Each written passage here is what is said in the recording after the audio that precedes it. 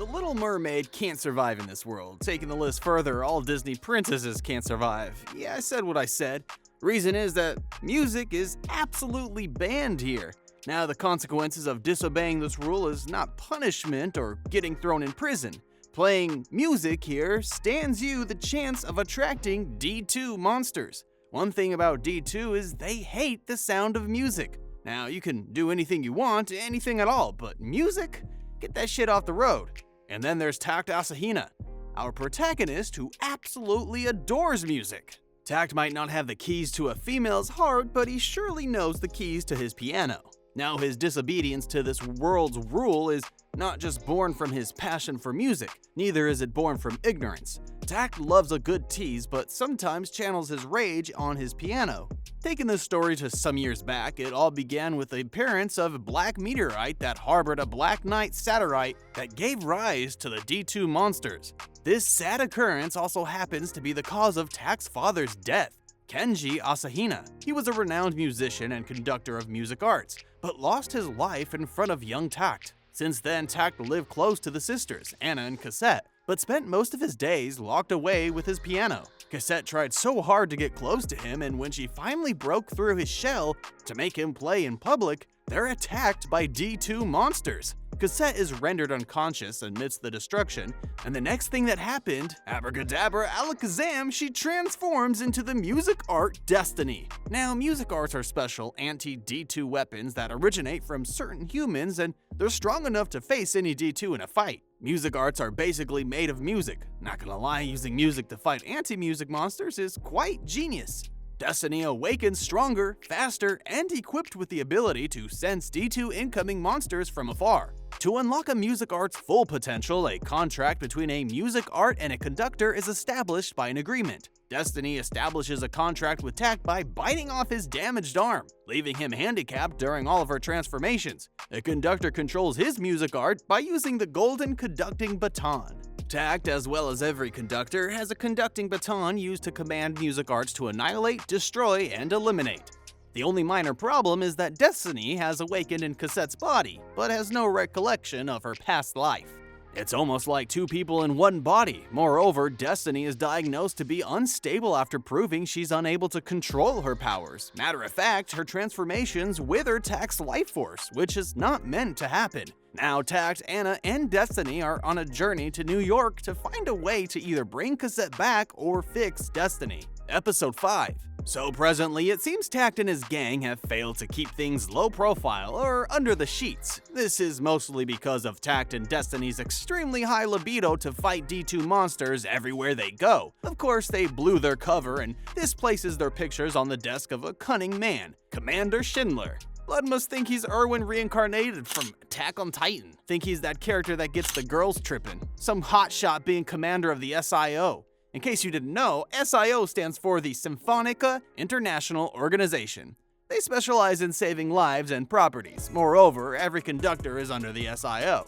Now back to Schindler, the man is standing on business and he means it. Takt is investigated for some reasons, but the most important of all is that his conductor relationship with his music art is rare. That aside, Takt and Destiny seem to be unregistered under the SIO. Schindler refers to them as nothing but stray dogs. Moreover, he refers to them as pawns on a chessboard that moved on their own. The last thing they'd want to do is get in this man's way. Soon we get to see the actual main characters, Takt, Cassette as Destiny, and Anna. I'm an experienced recap artist, so I can easily deduce each role in this friendship cycle.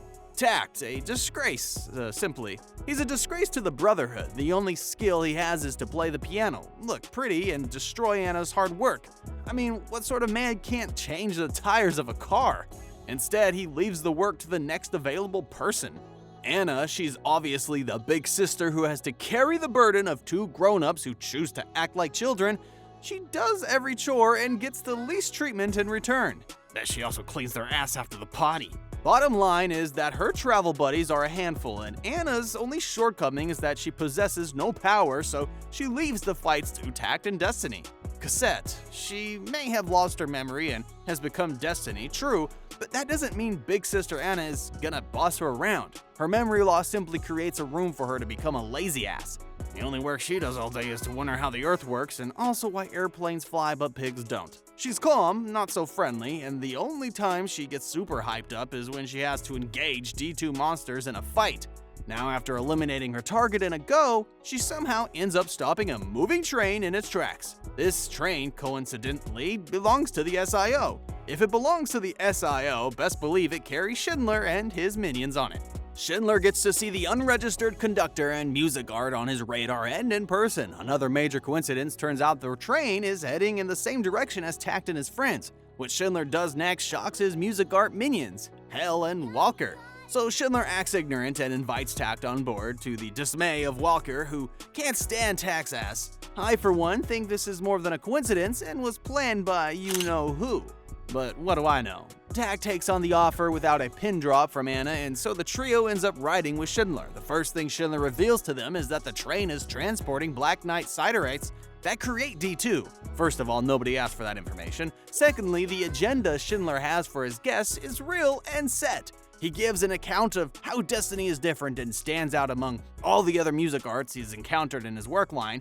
He shows great interest in how Destiny was acquired, but crosses the line when he refers to her as a unique weapon. Now, this is one thing Anna doesn't like to take lightly. Calling her little sister a weapon is crazy to her, yet Schindler goes on and on about how music arts are merely tools used to fight D2 monsters. For that is the only purpose of their creation. He pries further, asking if Cosette knows the human to whom Destiny's model once belonged. Now, this is when Takt draws all the lines to his questions, and there's a bit of a tension in the room. After Schindler's spiteful welcoming, Walker is tasked to take the guests to their cabin. For the record, she's the one who disapproves of Schindler's decision to have them on board. Prior to the safety of the props they're transporting, Walker makes a very hospitable remark that exiting the cabin will cause disastrous consequences.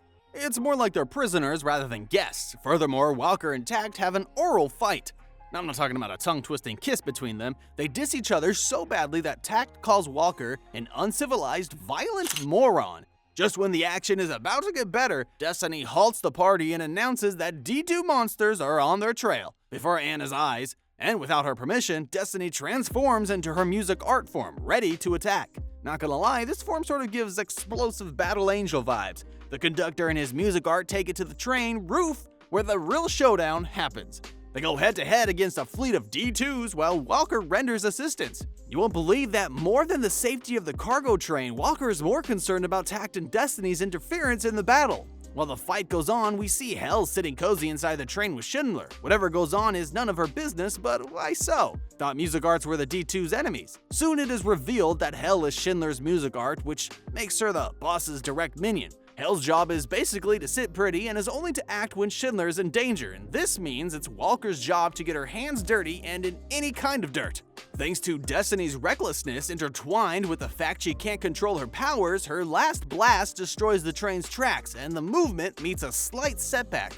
As a result, the train will be stuck for a half a day until repairs are finished. Now, this is one of those I told you so moments for Walker, who always knew the guests would cause trouble. But then again, Takt and Destiny can't help but shift the blame. Walker is mad and Hell knows just how to get to her. Hell reveals that Walker is without a conductor and the only way to calm her tits is to forcefully make Walker his music art. Takt's response to her is straightforward. Seeing she's unable to manipulate him, she turns her attention to Destiny, but in the most creepy way possible. The woman is damn creepy, alright. Her name is not even helping matters. Meanwhile, Schindler has a conversation with Anna, who gives him tea about Destiny's formation. From all of it, he concludes that Anna is the supervisor of the unregulated duo, which is not the case. His proud and pompous ass tries to convince Anna that they're alike. Two chosen ones meant to guide those below. I'm leaving an open floor to guess who Schindler refers to as below. It's not so long till the next fleet of D2 makes their way for the train.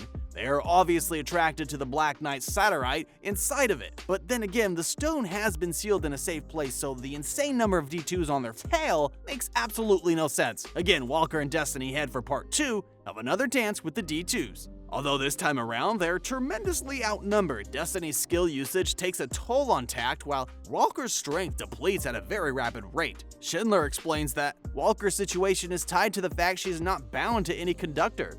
As everyone on the battlefield moves closer to their limit, a weakened Takt comes up with the perfect plan to win the fight. He commands Destiny to shoot at the cliffs, which trap the incoming monster under falling rocks. Although Walker finds the plan reckless, she thanks Takt for the save. He somehow gets her acknowledgement with the act. But unfortunately, that's not the end. There's the arrival of another D2 beast to the scene. Its large and intimidating aura spreads fear all over the exhausted faces of Takt, Destiny, and Walker. Now, this time it's Hell's turn to have her dance. After seeking permission from Schindler, of course, she takes out the monster skillfully and in one strike. You go, girl. After successfully arriving at their destination, Schindler declares a change of plans to the Black Stone. He changes its location and also relieves Walker of her duties. Did I find that shocking? No. Being cunning had been his facial all along. That aside, he's hell-bent on keeping the stray dog on a leash. He offers Takt a position under his command and assures him blah blah blah blah. Takt doesn't even wait for him to complete his speech. He immediately rejects the offer and gets his ass out with the girls. Takt Asahina is one name that Schindler will never forget. Episode 6. The next location a trio arrives in is not New York City. It must have come so close to being something if D2 monsters didn't happen. One question I ask myself is where they get gas from even when every power source was run down during the D2's invasion. That aside, it seems Destiny is showing great improvement in her communication skills, yet dissing Takt remains her favorite trend. Then there's also Take, who refuses to back down till Anna has to save his ass. Later on, they stop to go grocery shopping for the journey ahead. Everyone except Takt helps. Of course, pretty boy can't take a joke. Anna and Destiny somehow end up helping the storekeeper run a delivery after he cracked the code to his waist. Mrs. Brown welcomes them softly by offering them apple jam, which Destiny readily accepts. That's cool, alright, but one thing I find spooky is a common sentence from the storekeeper and Mrs. Brown. Both of them account that it's been a long time since they saw youngsters in the neighborhood, so it's basically a town filled with old people. Even Takt bumps into an underground drinking tavern filled with lots of oldies, and the greatest surprise, music. Two of the younger guys in the room reveal that Kenji Asahino once came into town to play for a concert, and they were part of his band. It comes as an even greater surprise to them when Takt reveals he's the son of the musical prodigy and greatest maestro of all time, Kenji Asahina. They take him to a secret room in the bar where they formally play together. This room also holds a special piano that Kenji loved, and Takt somehow feels a connection to his father. The guys go on and on about how surviving without music has been unbearable for them. They used to wreck concert halls and kill beats. Their passion for music remains, but the fear of D2 is even greater. Takt tells them to rest assured and hold no fear, for Kenji's direct descendant brings them good fortune. He might not be Santa, but he gives them the best gift ever, the honor of listening to him play the piano like his father. Meanwhile, the girls have gotten themselves into a situation, more like the situation got them into it. Walking back to the car, they encounter an old woman who misidentifies Anna as her daughter. She literally pulls Anna into her home and offers them the best treatment. You know, like when a mother meets her child after a long time. Later on, we get to know the full story when her husband arrives home. Turns out they had lost their precious daughter some time ago. However, the memory of the girl remains fresh in his wife's mind. He thanks them for conversing with her despite her obvious problem. We also get to see a warm exchange between Destiny and the old lady, where Destiny flexes the improved communication skills she bragged about in the car earlier. After putting the old lady to sleep, Anna and Destiny get the opportunity to watch Takt do what he does best. It's definitely not helping with chores, but rather playing good music. They don't let Kenji's son go away after the masterpiece they just experienced in years. They praise his music and also give him some of his father's musical notes as a farewell gift. That aside, it seems the news about Kenji Asahina's son has spread far and wide. From Schindler's letter to the Grand Maestro Sagan, it's not only going to give an account of the boy's survival from the tragedy, but it also tells his status as a conductor. Sagan believes that someday Takt will surely join their course and become one of them. Episode 7.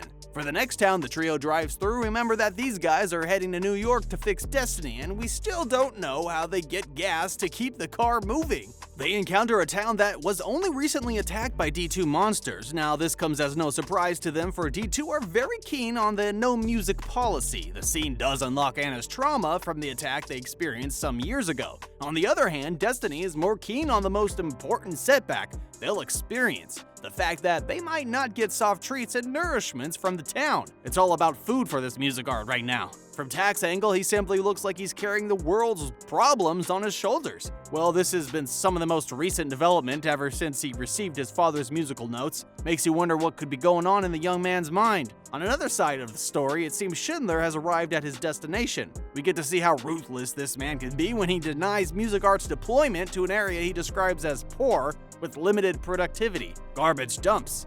It's no surprise that Hell is in on this too. He makes a silly excuse, exhorting himself above all that his responsibility to protect the people is the greatest. So let me get this straight. He's protecting the people without protecting the people? Please make it make sense. Now Schindler is obviously a villain hiding under the shadows of a title, fancy office, and ugly blonde hair. Soon Schindler is summoned to the Grand Maestro's office, Sagan, where he is given orders that don't fit his agenda. Sagan thinks that Takt should be left alone and should not be under the impression that they're forcefully wanting him to bend to their rules. Meanwhile, Schindler is obsessed and upset that Takt gets to use his conductor status freely and selfishly for his gain. This is one decision that Sagan disagrees with Schindler. Sagan believes that they might need Takt's help in the future. Not only is he special, his powers are quite rare. Schindler objects to this notion, saying the SIO have him on their deck already. Sagan's response to this literally dries up all the blood in Schindler's body. So all along, Schindler wasn't the top boss. He was just a hard-to-impress twinkle boy under Sagan's orders. Now Sagan went along to call the piece of trash rare, and all Schindler can about it is nothing. Meanwhile, the Cherry's journey continues. This is definitely the first time I've seen so many cars in the series. One question, where did they get all the gas from? Turns out that a large group of people are fleeing the town after a D2 was spotted the previous night, while an officer laments of how D2s have their lives a living hell. Destiny reveals that she's a music art and assures him that she'll eliminate all of them. His reaction to this is absolutely priceless and meme-worthy. Later on, the trio get a motel to rest for the night. Now that the day's activities are over, the girls break Takt's resolve to make him spill the beans about his current state of mind. Destiny literally breaks his resolve, guys. Only then does Takt reveal that he's composing a song, which is why he's been zoned out for a minute. Seeing Takt's difficulty in making music makes me wonder how Barney does it so effortlessly. Luckily for Takt, he has an angel who wishes to make his life easier. Anna later reveals she had spoken to the motel manager to prepare a piano for him. I nearly bawled my eyes out at this scene, so Takt makes do with what he has throughout the night. Morning arrives and the superstar maestro composes his shit when the man unknowingly loses his arm. This signifies that Destiny had transformed into her music art form. But coming as a surprise to Takt is that she doesn't let him in on the fight. Without their usual back and forth, Destiny simply explains that Takt would have been a hindrance to her because he's currently out of his mind. Moreover, she has a date to get ready for, so our boy decides to take a walk to town to clear his head, but instead he ends up stalking Destiny, who's up to no good. But then again, it's quite the opposite this time around. Destiny is spotted doing something other than fighting D2s. She's seen helping a nursing mom with her errands and also sharing sweets she's gotten familiar with during their travels. Anna explains that their travels, meeting new people and relating with them have changed Destiny. For one thing, she's growing exceptionally well. Anna also reveals that Destiny is the one who borrowed the melodica he composed music with throughout the night. Seeing Destiny change brings unimaginable warmth to Anna's heart. But the real question on Anna's mind remains if the girl is still Cassette. As the days spill, we get to see an uncertain relationship between the trio. Anna has distanced herself from Destiny. They no longer do things together, and Anna is no longer calling her the name of her little sister, Cassette. Takt tries to have a hearty conversation with Destiny, but as soon as she asks about their relationship, Takt immediately ends the conversation. Not so long is the city attacked by a deer-like D2 monster. It's strong and quite a formidable opponent for the officers till Destiny and Takt arrive to end it. Sadly, that's not all. There's more to it. Cassette detects a group of D2s lying in the mountains.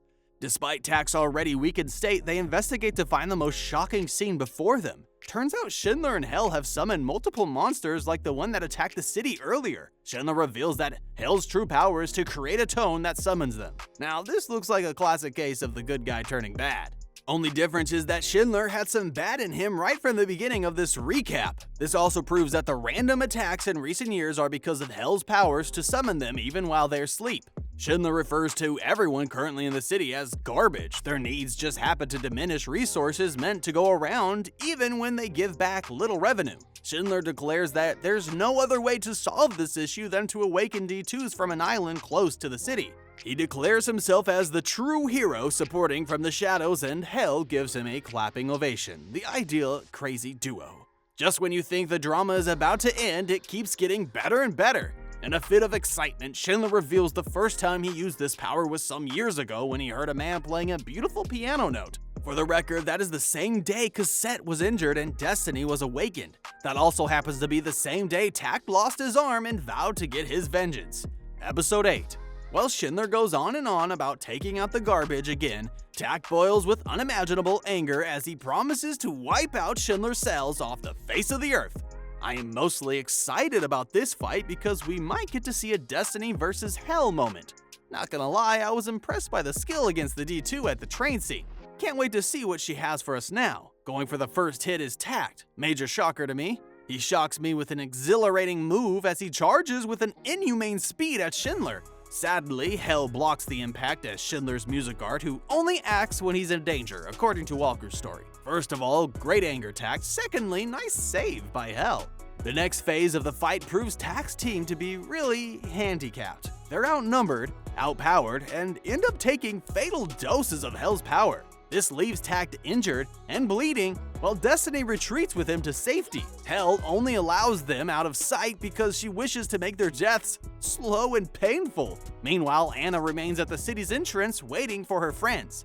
She's experienced fighting with them for a while, but something about this feels different. Also coupled with the arrival of accomplices, Lenny and his music art Titan. Back in the mountain, Destiny takes care of a sick Takt who has caught a fever from his infected wound. To make matters even more serious, his fever makes him see Destiny as Cassette. The next time he wakes up, he takes it upon himself to give a recovery disc to Destiny. Of course, she isn't experienced enough to tie a bandage, but Takt isn't letting that go by. They have a hearty conversation about Destiny's actions. For someone who loves fighting D2s more than anything, she left a battlefield to save Takt. She explains that her body acted on its own. Moreover, Takt needs to stay alive to finish his music. When morning arrives, Destiny apologizes to an unconscious Takt for using his life force every time she had to change into her Battle Angel mode. The next time we see her, she goes head-to-head with Hell, as she makes her intentions known to kill Schindler. Hell sure is a lot of fun fighting Destiny, and that maniac laughter tells a lot. Moreover, Hell has the upper hand in the fight as Destiny refuses to transform into her music art style so Takt can recover. Destiny is pushed to the wall literally by Hell's hands. Just when she's about to snap it, Takt makes it to the battlefield and stops Hell. Titan and Lenny also make it to the party, giving enough time for Takt and Destiny to settle their scores with a warm conversation. For the first time, Takt calls Destiny by her name and not Cassette. She also makes it known that she's one of the people who would love to hear his music just like Cassette would. After the opening performance by Lenny and Titan, the main characters arrive to perform. We mainly see the expected fight between Destiny and Hell. It's nothing short of what we expected. Destiny clearly solos Hell. Just then, Heaven arrives on the scene. In case you didn't know, Heaven is the Grand Maestro's music art. She relays his message to Schindler as follows. Schindler clearly disobeyed the order to leave Takt alone. For that, he is relieved of his duties as head commander, and is stripped of all his authority in the SIO. When the blonde beauty tries to argue back with his conductor status, Heaven makes it clear that he was never a conductor in the first place. How Hell switches on him is crazy. Afterward, Takt and Destiny reunite with Anna, who welcomes Destiny as Destiny. That brings us to the end of this recap. Hope you enjoyed this as much as I did. See you in the next upload.